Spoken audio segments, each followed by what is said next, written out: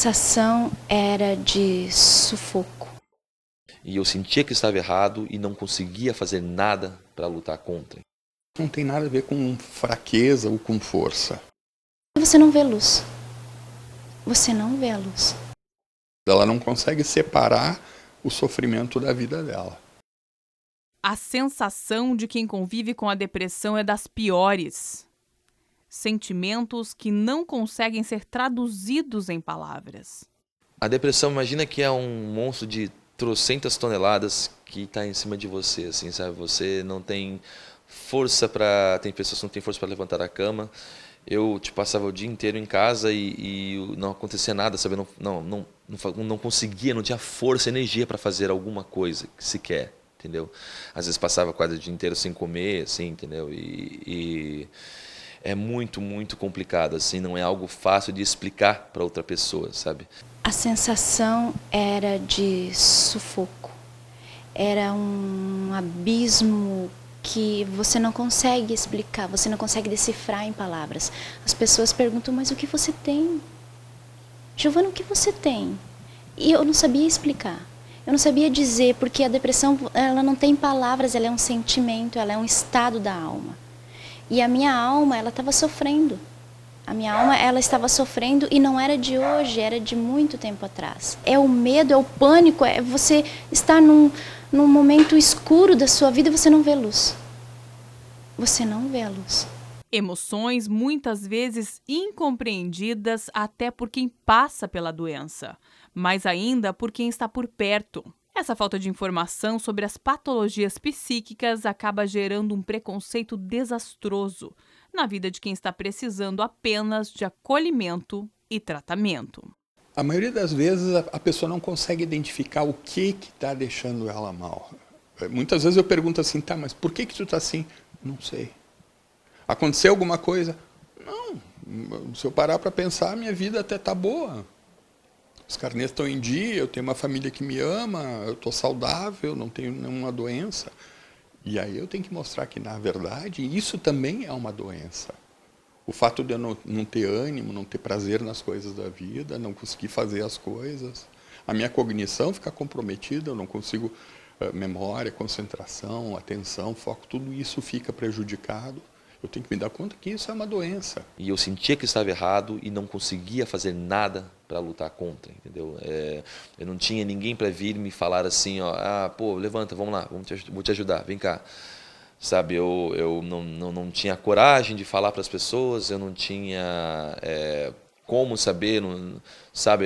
Eu sabia que tinha algo errado, eu sabia que já tinha tido depressão antigamente, mas é algo que te inibe, que te nubla a mente, sabe? Que te nubla a tua visão e que você não consegue reagir. É muito mais forte do que as pessoas acreditam que possa ser, entendeu?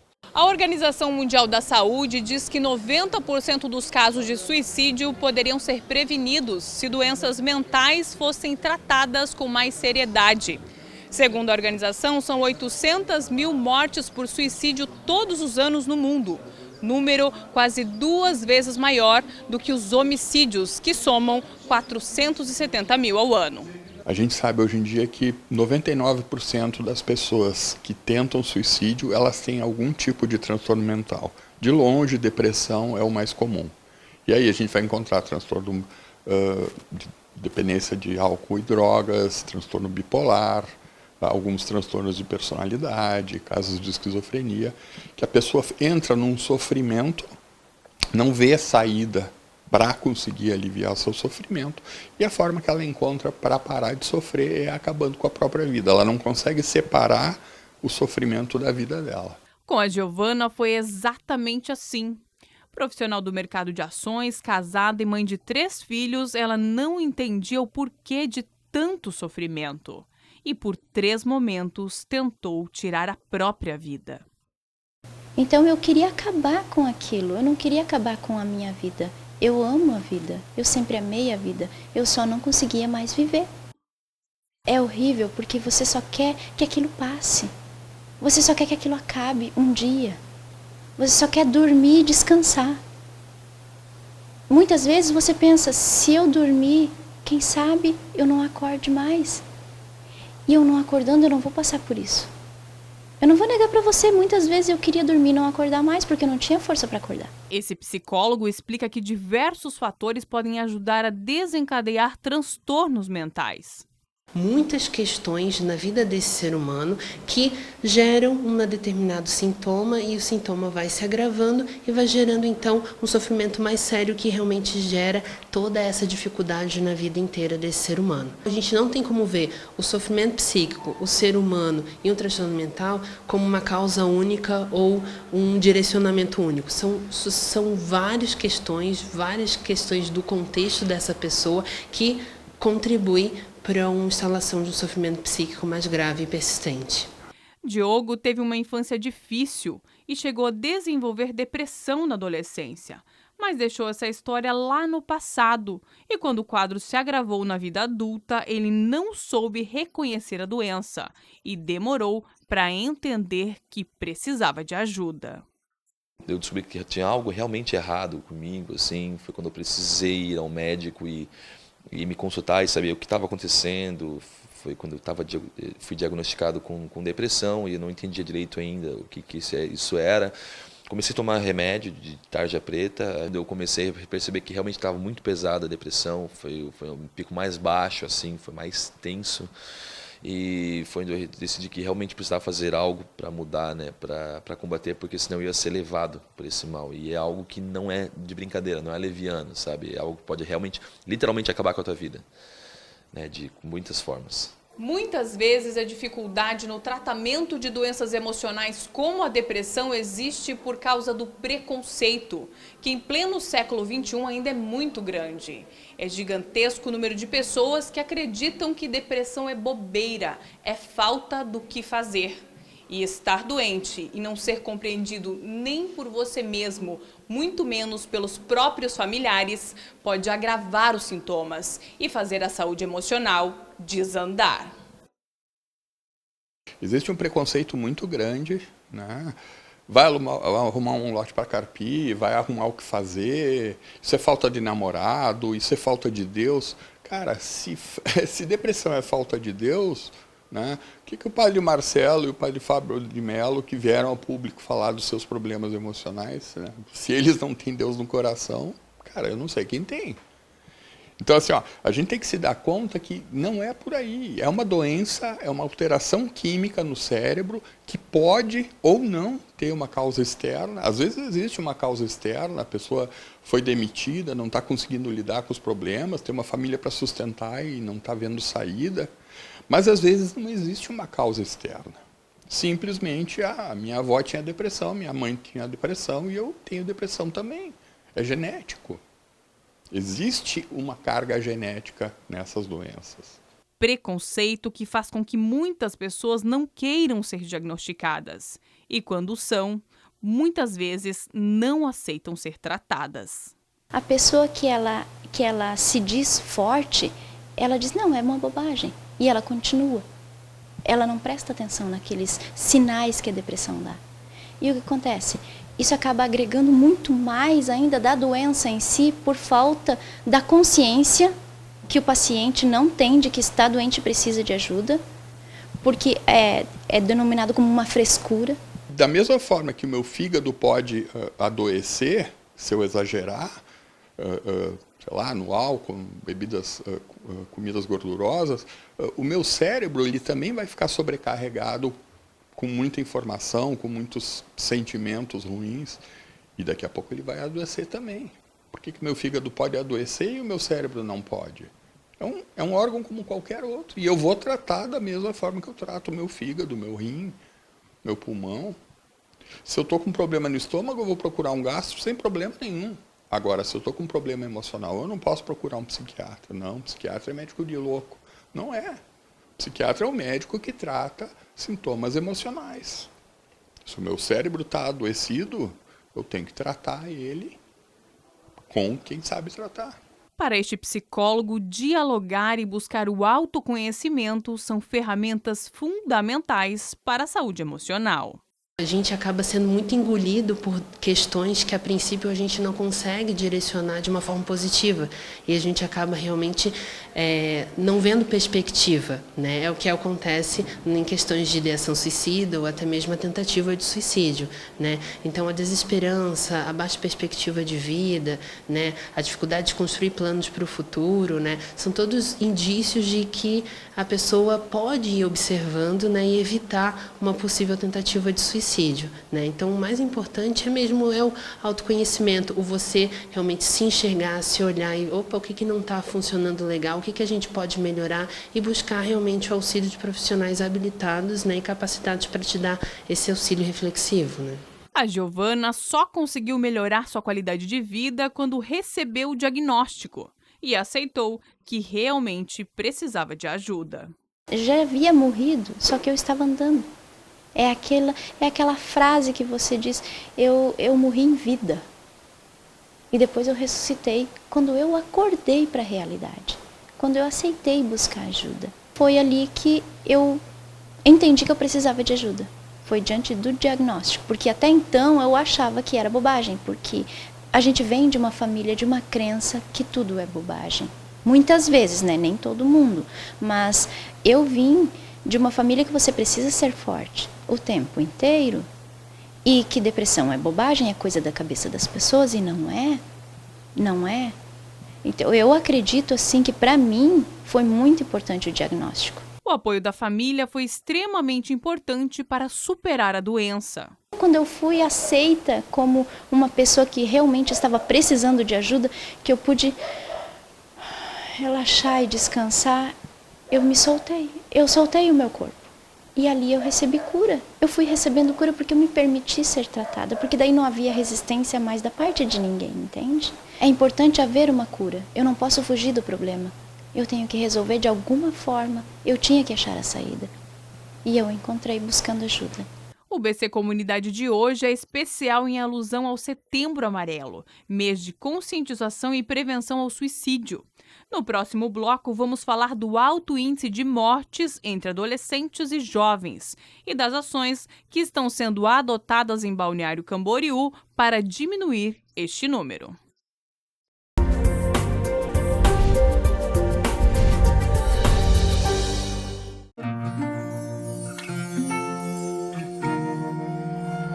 Eu não desisto assim tão fácil, meu amor.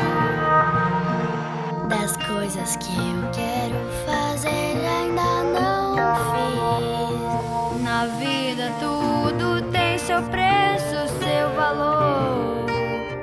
E eu só quero dessa vida ser feliz. Eu não abro mão, nem por você, nem por ninguém. Eu me desfaço dos meus sonhos. Quero saber bem mais que os meus 20 e poucos anos. Nem por você, nem por ninguém. Eu me desfaço dos meus sonhos. Quero saber bem mais que os meus 20 e poucos anos. Quero saber bem mais que os meus 25 anos.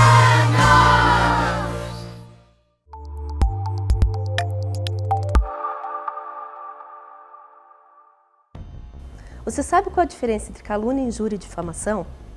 Calúnia é imputar ato criminoso a alguém, imputar levianamente ato criminoso a alguém. A difamação é imputar ato desonroso a alguém. Tanto a calúnia quanto a difamação, ela deve ser feita perante terceiras pessoas. Já a injúria é ofender alguém no seu âmago, é atingir a pessoa em sua integridade moral. Se você sofreu algum tipo penal desse, procure uma delegacia e faça um BO. É seu direito.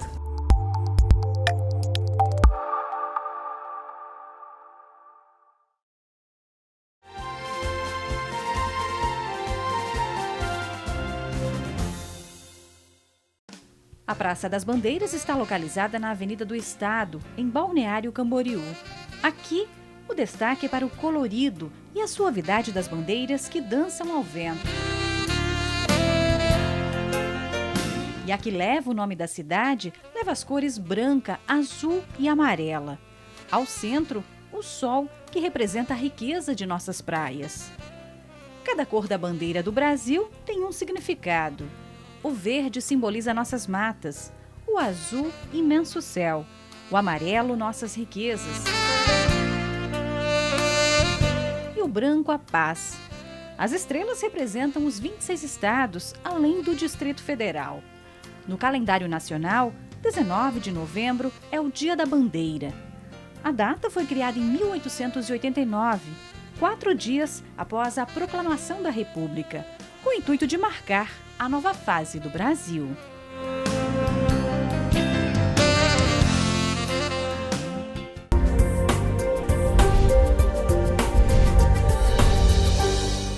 Estamos de volta com o BC Comunidade. Dia 10 de setembro é o Dia Mundial da Conscientização e Prevenção ao Suicídio. Desde 2014, o mês se tornou referência para a campanha Setembro Amarelo, com o intuito de despertar a atenção para o tema. Entre os anos 2000 e 2015, os casos de suicídio de adolescentes aumentaram 65% na faixa etária dos 10 aos 14 anos e 45% dos 15 aos 19 anos, segundo o mapa da violência no Brasil. A OMS divulgou que o suicídio já é a segunda causa de mortes entre adolescentes no mundo. Uma fase difícil, uma fase que ocorrem muitas coisas ao mesmo tempo agora, assim, né? Seja no corpo, seja na mente do adolescente. Isso ocorre em segundos, ocorrem mudanças muito bruscas.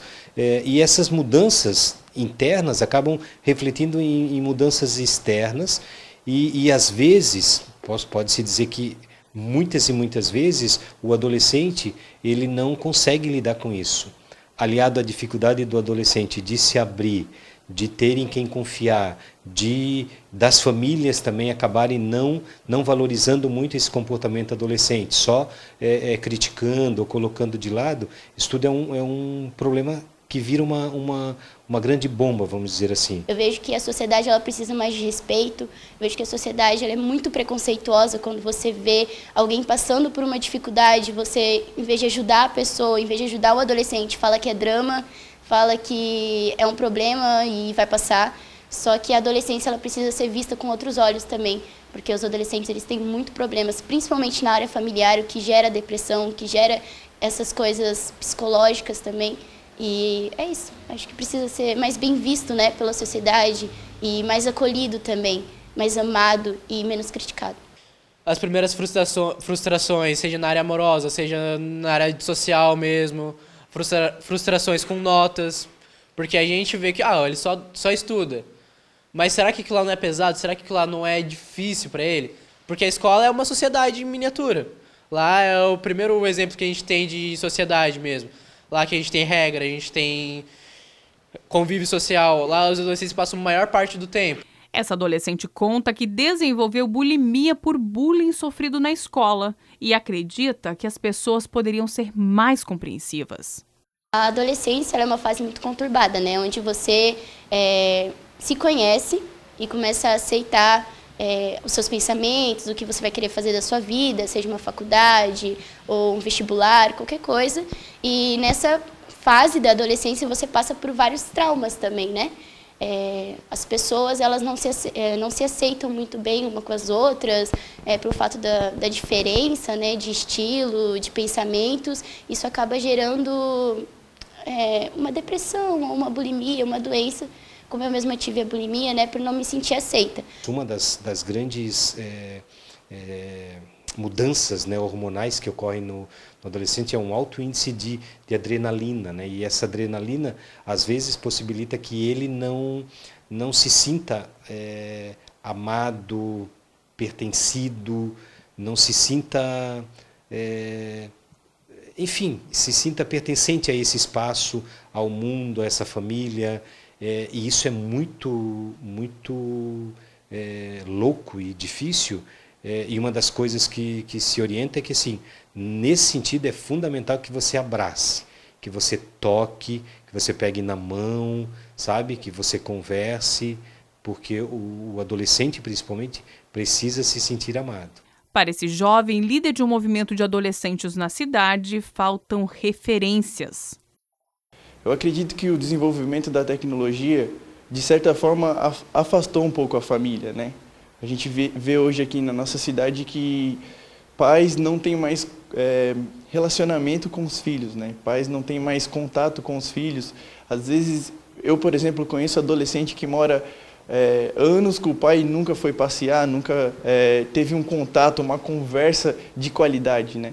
Então, eu acredito que o que contribui muito para a depressão é a falta de relacionamento pessoal com as pessoas. Os pais precisam, não falo que podem, precisam falar com seus filhos, né? A gente precisa ter todos os dias, sabe? Se eu trabalho o dia inteiro, se eu tenho as minhas dificuldades e tal, mas eu tenho que estipular pelo menos 1 hora de conversa diária com meu filho, sabe? Isso é fundamental. O psiquiatra reforça a necessidade de conversar com os filhos em todas as situações, inclusive a respeito de depressão e suicídio. É um mito essa ideia de que se eu falar em suicídio eu estou dando uma ideia. Não, é exatamente o contrário. Eu tenho que ter a liberdade de poder conversar isso abertamente, falar o que eu estou percebendo, dizer, escuta meu filho, tu mudou teu comportamento, tu não está legal, tu está com alguma dificuldade, não quer conversar comigo, tu não tem liberdade para falar comigo, quer falar com a tua mãe, quer falar com algum tio que tu tenha confiança, ok.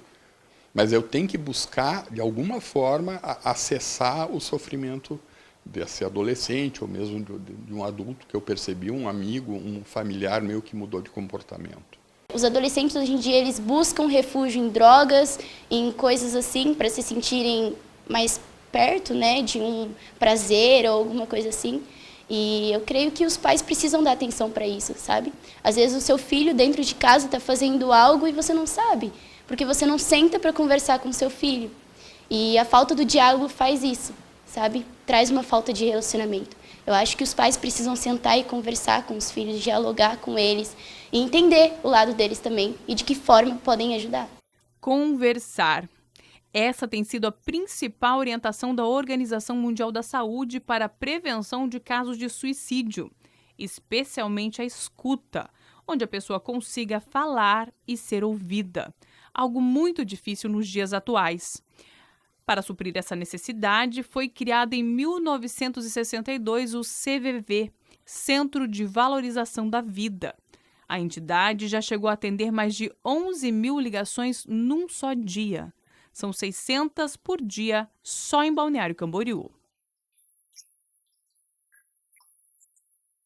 Oportuniza as pessoas a poder transferir a falta de afetividade para um voluntário a hora que, quando ele liga e precisa conversar, precisa falar das suas inquietudes, das suas angústias, do seu sofrimento, então ele encontra no voluntário um amigo, mesmo que seja temporário. E realmente pessoas depois nos dão um retorno, um feedback dizendo que graças ao CVV ele está vivo.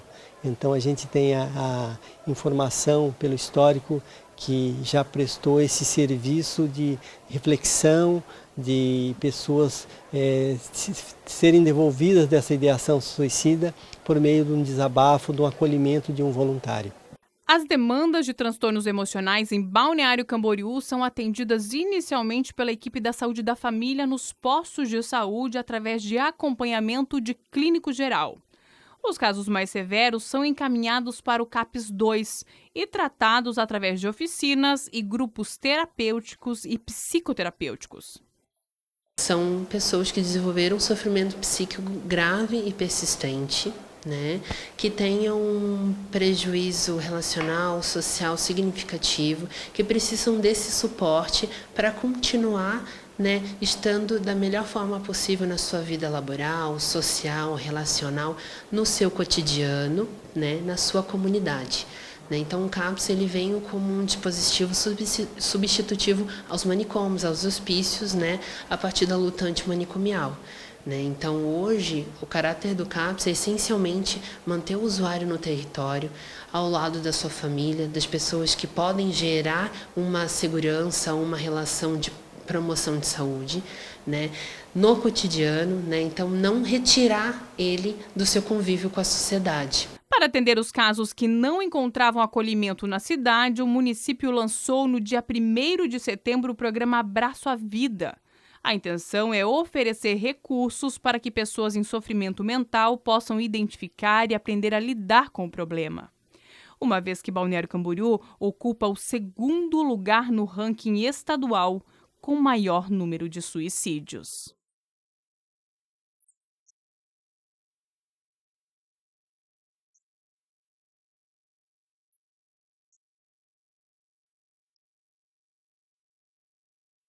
Ele é um serviço de 24 horas com uma equipe técnica que vai funcionar em 2 polos.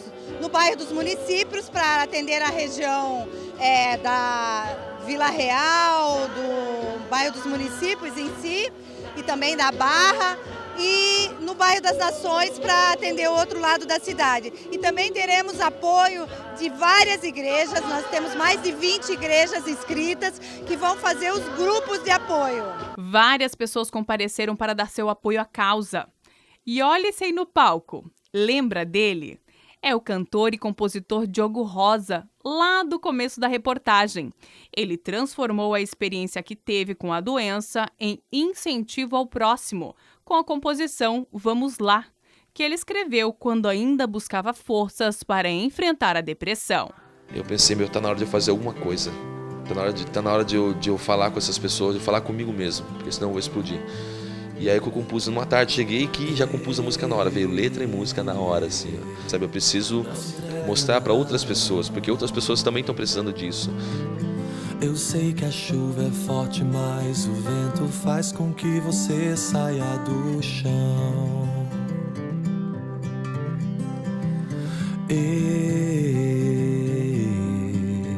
Força aí, irmão. A luta é dura, mas eu sei que você vai sair um grande campeão. O Diogo é só um dos inúmeros exemplos de pessoas que conseguiram tratar e superar a doença. Se tu tá percebendo que alguma coisa está diferente na tua vida, se tu tá percebendo que tu tá triste, desanimado, angustiado, não tá conseguindo sentir prazer nas coisas que tu tá fazendo, procura ajuda. Nessa vida, vamos lá.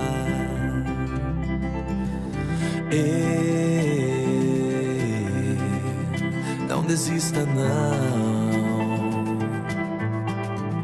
Se o teu trabalho te consome, faça algo pra alegrar teu coração.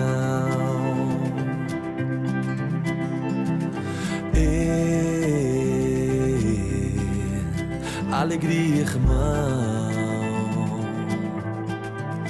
A vida é linda para aqueles que abraçam sua vasta imensidão. Vai rolar, paciência é tudo nessa vida. Vai rolar, paciência é tudo nessa vida. Vai rolar, paciência é tudo nessa vida. Vamos lá.